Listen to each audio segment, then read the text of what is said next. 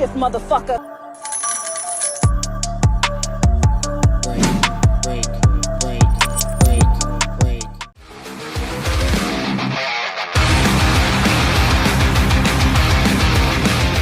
Halo bola-bola sekalian, cemana nih kabar kalian? Apakah hari ini kalian sudah melakukan aktivitas mandi wajib?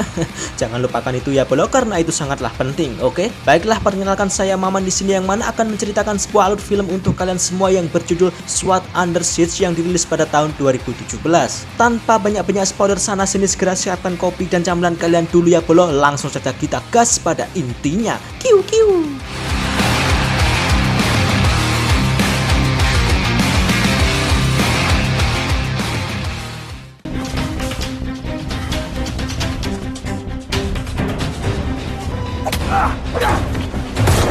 Di awal film, kita diperkenalkan dengan sosok pria bernama Travis yang merupakan seorang komandan SWAT. Di pagi-pagi buta itu, pas lagi seenak-enaknya senuk, tiba-tiba ia mendapatkan telepon dari atasannya untuk segera datang ke markas SWAT bahwa ada suatu misi mendadak yang sangatlah penting. Yang padahal saat itu sedang dalam kondisi libur akhir tahun, yang mana akhirnya mau tidak mau, Travis pun harus merelakan meninggalkan keluarganya untuk memenuhi perintah atasan.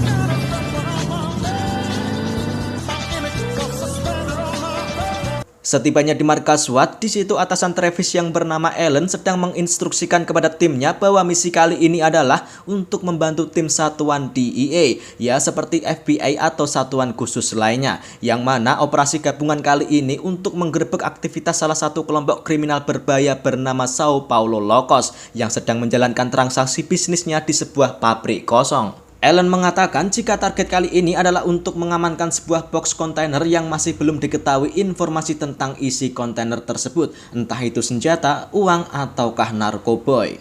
Sorry to ruin your holiday. Once you've done that, you all can go enjoy your holiday. Dengan dibantu oleh dua orang dari DEA, rekan-rekan tim dari SWAT yang dipimpin oleh Travis itu pun mulai bergerak menuju ke TKP. Di dalam mobil patroli itu, mereka semua telah ditunjukkan sebuah foto box kontainer yang berlogo Scorpion sebagai target utama operasi mereka kali ini. Alright, simmer down. Simmer down. We'll let them do a few scores and now they feel safe. Setibanya di TKP, tim gabungan itu pun langsung berpencar dan merangsek masuk ke dalam gedung, yang mana secara sat-set mereka mampu melumpuhkan beberapa penjaga atau security yang ada di sana, sekaligus berhasil mengambil alih ruang kontrol CCTV. We have guard one on lockdown. Surveillance is ours. Tak lama kemudian, mereka pun akhirnya menemukan keberadaan box kontainer yang berlogo kalajengking itu. Akan tetapi, salah satu anggota yang bernama Ward yang ada di ruangan CCTV mengabarkan jika ada sekitar puluhan orang bersenjata yang tiba-tiba masuk ke dalam gedung. Mereka menyerang Travis dan pasukannya. Take cover.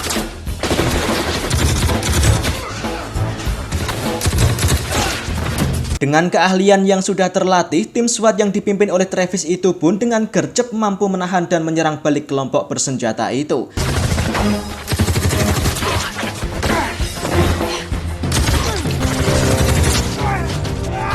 Namun sayangnya, dua orang anggota SWAT yang bernama Phoenix dan Bill harus terkena tembakan peluru panas.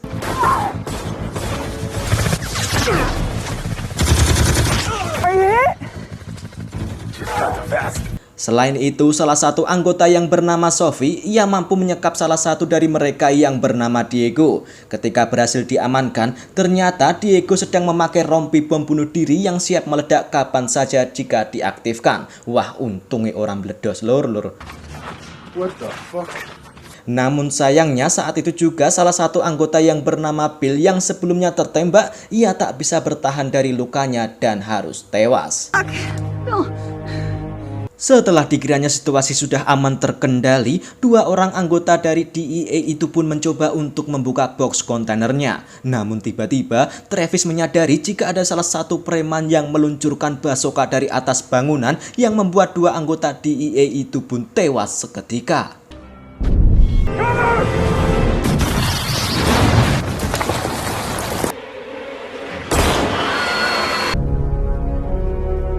Setelah situasi benar-benar aman, Travis dan pasukannya itulah yang akhirnya membuka kontainer tersebut. Ketika kontainer itu dibuka, bukannya berisikan narkoba atau senjata, melainkan terdapat seseorang berbadan kekar yang sedang diborgol. Pria kekar itu mempunyai julukan Scorpion sesuai dengan tato di punggungnya. Akhirnya Travis memutuskan untuk membawa Diego dan Scorpion untuk ditahan ke markas SWAT.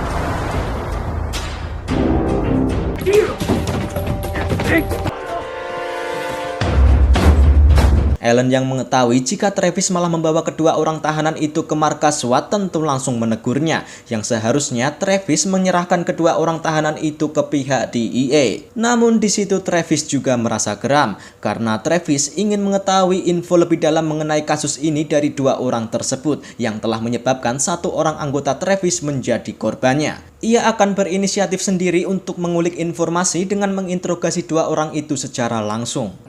They're the Fed's problem. Jesus Christ. Sementara itu di sisi lain, di dalam pesawat kita diperkenalkan dengan seorang bos mafia yang bernama Lars dan asistennya yang bernama Simone. Diketahui jika Larslah sosok dalangnya, orang yang telah menyekap Scorpion dan ia juga memerintahkan Diego untuk menjaganya. Tak lama kemudian Lars mendapatkan telepon dari nomor tak dikenal, lalu mengabarkan jika Scorpion telah diculik dan orang misterius itu meminta tebusan kepada Lars jika ia ingin memberitahukan lokasi keberadaan Scorpion. Yang pasti di sini Lars begitu tampak marah ketika ia kehilangan sosok Scorpion.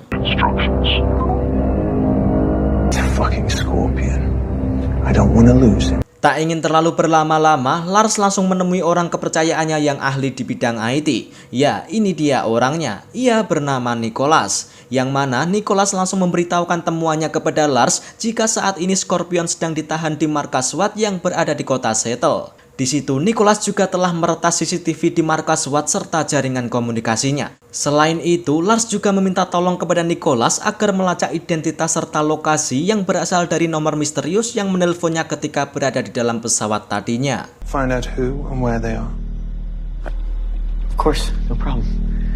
Kembali ke markas SWAT, begitupun dengan Travis, ia juga meminta tolong kepada tim IT dari SWAT yang bernama Elson untuk mencari informasi tentang Diego dan Scorpion. Yang telah ditemukan bahwa Diego adalah seorang letnan yang berasal dari Honduras dan bergabung dengan kelompok Sao Paulo Locos sejak umur 6 tahun. Sedangkan Scorpion sendiri tak ada informasi yang ditemukan tentang identitasnya. Known as the SBL when he was 6. He's now a friggin' lieutenant. Not on him, he's not in any active database. Merasa jika informasi yang didapat masih kurang, setelah itu Travis memerintahkan Sophie untuk menginterogasi Diego secara langsung, sedangkan Travis akan menginterogasi Scorpion. Namun siapa sangka, ketika diinterogasi, perilaku Diego tiba-tiba berubah menjadi aneh dan mulutnya terlihat komat-kamit seperti sedang mengatakan sesuatu namun tak begitu jelas. Tak lama kemudian, ia memilih menggeduk-gedukkan kepalanya ke meja hingga dirinya tewas seketika. Diego memilih bunuh diri karena ia tahu jika Lars akan menghabisinya. The fuck happened? Di sisi lain, Travis menanyakan kepada Scorpion siapakah sebenarnya dirinya itu. Namun Scorpion tetap enggan memberitahu kepada Travis. Scorpion hanya mengatakan jika dirinya memiliki informasi miliaran dolar yang terletak di otaknya. Dan kini musuh Scorpion sedang mencarinya. Scorpion juga mengatakan bahwa sebentar lagi akan ada agen federal yang akan menjemputnya. Namun perlu Travis ketahui jika agen tersebut adalah agen gadungan alias palsu. Scorpion meminta tolong agar Travis mencegah agen itu untuk membawanya. Dan sebagai gantinya, Scorpion akan bersedia membantu Travis dalam melawan ancaman yang akan datang dalam waktu dekat. Dan benar saja, ketika Travis keluar, di lobi kantor sudah menunggu dua orang yang mengaku dari agen FBI dan akan segera menjemput penahanan Scorpion. Namun di situ Travis melihat kecurigaan karena dua orang itu tak memakai lencana FBI. Begitu pula ketika ditanya seputar FBI, mereka berdua itu tak mampu menjawabnya hingga tiba-tiba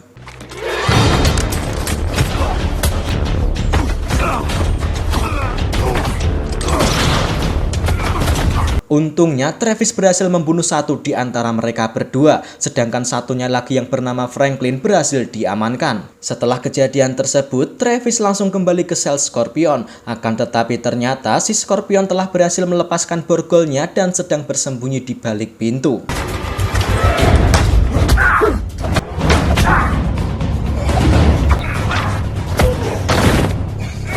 Di sini terlihat jika Scorpion sangat ahli dalam bergelut jarak dekat. Travis pun berhasil dilumpuhkan dalam waktu singkat dan Scorpion berhasil merebut senjatanya. Namun yang akhirnya Scorpion mengembalikan senjata milik Travis itu karena Scorpion hanya ingin Travis bisa percaya kepadanya jika Scorpion memang benar-benar butuh bantuan melawan Lars. You trust me now? Shut the fuck up. Setelah itu, Travis dan Ellen mendatangi sel Scorpion untuk menanyakan tentang siapakah dirinya dan apakah Scorpion mengenal dua orang agen FBI palsu yang baru saja menyerang Travis. Di situ, Scorpion mengatakan jika memang dirinya itu adalah seorang pasukan khusus, namun ia tak mengenal dua pria agen FBI gadungan itu. Dan yang pasti, bakal lebih banyak orang lagi yang akan datang untuk menyerang ke markas SWAT. Karena musuhnya yang bernama si Lars itu pasti akan mengerahkan pasukannya untuk menangkap Scorpion yang memiliki informasi miliaran dolar. So what happened? How'd you end up in her cell? Scorpion juga mengatakan jika ada salah satu orang dalam di tim SWAT yang terlibat menjadi informan Lars. Dan benar saja, di sisi lain, Nicholas telah berhasil melacak lokasi keberadaan nomor tak dikenal itu. Dan titik lokasi itu tepat berada di markas SWAT, namun masih belum diketahui entah siapakah itu orangnya.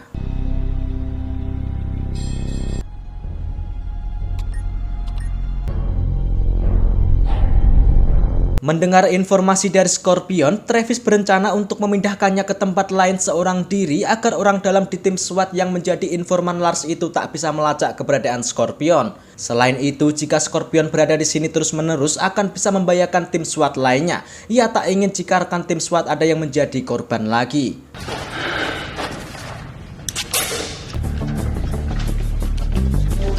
Di saat Scorpion sudah dimasukkan ke dalam mobil dan bersiap untuk dipindahkan, Lars yang sebelumnya telah memantau via CCTV itu pun kemudian memerintahkan anak buahnya seorang sniper yang ada di lokasi untuk menghabisi Travis dan menculik Scorpion kembali. I'm in position. Kill Scorpion, they die next. Roger that. Di saat mobil Travis berjalan belum jauh dari markas, saat itu juga Scorpion menyadari jika ada penembak jitu yang mengincar Travis dan kekacauan pun terjadi.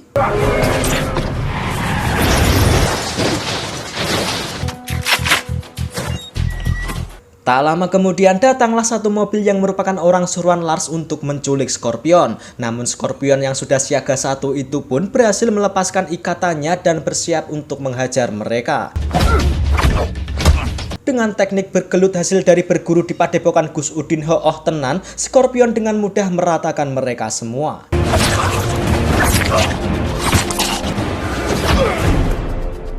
Sementara itu, anggota tim SWAT lainnya yang menyadari jika adanya kerusuhan itu pun langsung bersiap-siap untuk membantu Travis. Di saat Ellen menelpon unit lain untuk meminta bantuan, namun ternyata sambungan komunikasi mereka sudah diretas oleh Nicholas.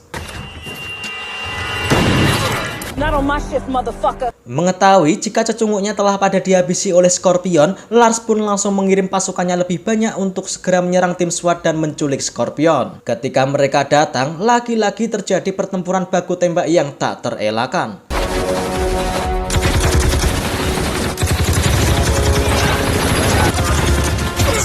Sayangnya, tim SWAT yang tak mampu menahan banyaknya serangan dari mereka itu pun harus dipukul mundur dan mengorbankan satu anggota SWAT yang harus tewas. Karena terdesak, Travis langsung memerintahkan Elson untuk mengunci seluruh markas SWAT dengan pintu perisai baja. Travis, Scorpion, serta anggota tim SWAT lainnya kini merasa aman. Karena Nicholas tak bisa membobol server keamanan untuk membuka pintu perisai itu, Lars pun memerintahkan Nicholas untuk memadamkan listrik di markas SWAT serta memblokir sinyal telepon di area tersebut. Yang mana hal ini tentu membuat anggota SWAT menjadi terisolasi di dalam markas dengan kondisi terkepung oleh banyaknya pasukan Lars. Also cut the interior security camera. Namun tak lama kemudian ada sebuah telepon berdering yang padahal mereka sendiri pun tak bisa melakukan panggilan keluar. Ketika Travis angkat, ternyata itu adalah telepon dari Lars. Ia menawarkan sebuah kesepakatan. Jika Travis menyerahkan Scorpion, maka ia tak akan mengganggu tim SWAT lagi yang bisa menimbulkan korban tambahan. Namun di sini Travis menolaknya. Usaha Lars tak usai begitu saja. Lalu ia mengancam Travis dengan menyebutkan nama-nama anggota SWAT serta keluarga Travis, yang mana ia akan membunuhnya jika Travis tak menuruti perintahnya. Are all their lives worth Scorpion? Yang akhirnya Scorpion mengatakan jika dirinya akan keluar dalam waktu 10 menit lagi, asalkan Lars tidak akan melibatkan keluarga Travis dalam kasus ini. Mendengar hal itu, Lars pun sepakat dan ia bersama Simone langsung bersiap-siap untuk menjemput Scorpion. Namun ternyata di sini Travis tak ada niatan untuk menyerahkan Scorpion kepada Lars secara cuma-cuma, tetapi Travis mempunyai rencana untuk menjebak mereka. Well, there's no way we're turning this man over to mercenaries. Rencana itu dengan menempatkan tim SWAT agar bersiaga di tiap jendela. Sementara itu Scorpion akan berganti pakaian. Sedangkan pakaian tahanannya itu akan dikenakan ke jasad anggota SWAT bernama Benson yang telah tewas sebagai jebakan. Nantinya Scorpion akan membawa jebakan itu melalui pintu belakang sebagai umpan. Sehingga ketika musuh masuk, tim SWAT bisa dengan mudah untuk menyerangnya. Di sini semua anggota SWAT beserta Scorpion dibekali oleh senjata baru yang tersimpan di dalam gudang. Scorpion pun tampak bahagia melihat betapa banyaknya pilihan senjata di sini. Why? My regular radio still works. We go on my call. Copy that. Let's get in position. You know, the least you could have done was given us the microchip in case we need. Di saat semuanya sudah siap, Elson pun membuka pintu belakang atas perintah dari Travis. Saat itu juga pasukan Lars langsung bergerak mendekat masuk untuk menjemput Scorpion. Namun tiba-tiba Lars menyadari ada sebuah kilatan cahaya dari lantai 3 yang mana itu merupakan sebuah kode semacam sandi Morse yang bertandakan sebuah jebakan. Secara cepat Lars langsung menarik mundur pasukannya. Travis pun terlihat terheran-heran kenapa mereka itu tiba-tiba mundur. Di samping itu, Ellen yang melihat kilatan cahaya itu melalui CCTV, ia langsung bergegas ke lantai 3 untuk menghampiri sumber cahaya itu.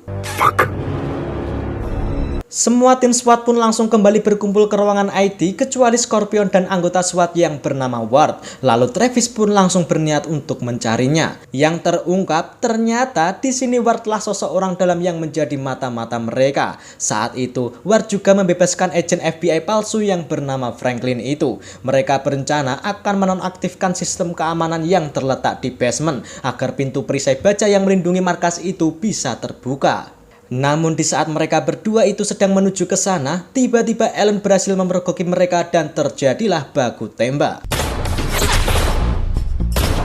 Akan tetapi, Franklin di sini berhasil melarikan diri dan berhasil menonaktifkan sistem keamanan di markas SWAT, sehingga pintu perisai baja itu pun kini terbuka.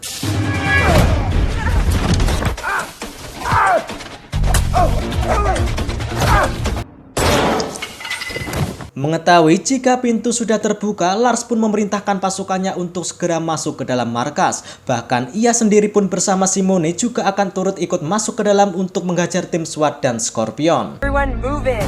Shoot to kill Scorpion on. Oh, shit. Karena situasi semakin gawat darurat, mau tidak mau, Travis bersama tim SWAT lainnya pun harus segera mundur dan menahan serangan mereka. Dikarenakan jumlah musuh yang terlalu banyak, akhirnya beberapa anggota tim SWAT itu pun harus tewas karena menahan serangan dari mereka.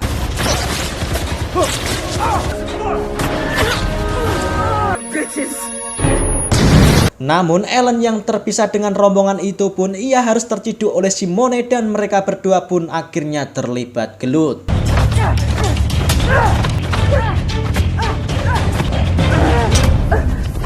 Sementara itu tim SWAT lainnya segera bergegas menuju ke basement agar tak terciduk oleh rombongan musuh. Namun tiba-tiba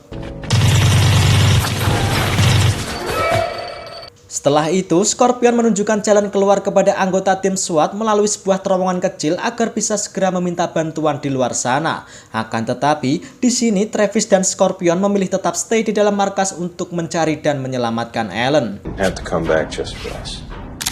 Namun di saat Travis dan Scorpion sedang berpencar, tiba-tiba mereka berdua dipertemukan dengan Simone dan Lars. Travis melawan Simone, sedangkan Scorpion melawan Lars, hingga pergelutan di antara mereka itu pun tak terelakkan.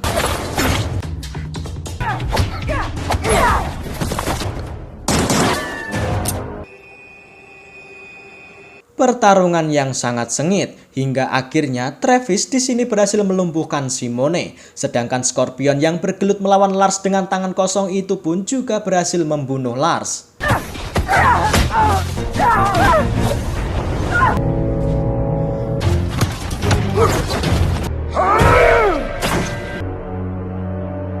Akhirnya Travis dan Scorpion kemudian berhasil menemukan Ellen yang kebetulan baru saja siuman setelah tak sadarkan diri. Kini mereka bertiga itu pun sedang bersantai sambil menunggu bala bantuan datang. Di sini Travis memerintahkan Scorpion agar segera pergi. Namun tiba-tiba Scorpion mencabut gigi gerahamnya yang ternyata tersimpan sebuah microchip yang selama ini telah diributkan. Scorpion mengatakan jika microchip itulah yang berisikan data-data yang berharga miliaran dolar. That's what all the fuss is about.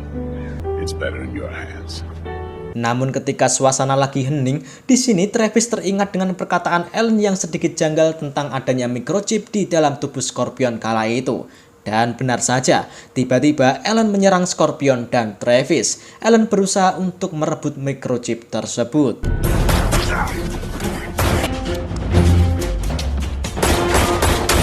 Di situ, Ellen berhasil mengambil microchip itu yang telah terjatuh. Kemudian ia pergi kabur ke dalam hutan. Namun Travis tak membiarkannya begitu saja lalu mengejarnya.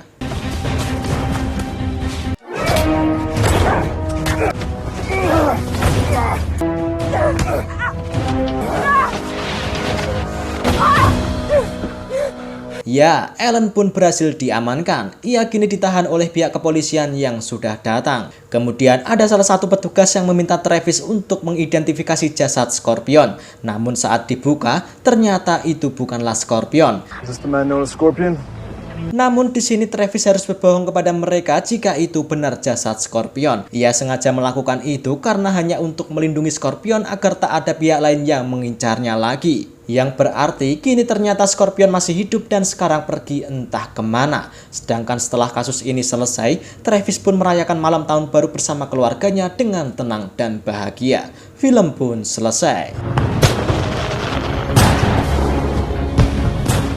Nah baiklah bola-bola sekalian, jadi begitulah alur cerita di film ini ya. Cukup lumayan menghibur dan keren karena Scorpion adalah sosok yang sangat kuat dan luar biasa setelah belajar ilmu di padepokan Gus Udin. Tenang. Baiklah, terima kasih yang sudah menonton. Jangan lupa untuk tetap jaga kesehatan kalian ya bolo. Sampai jumpa di video berikutnya. See you.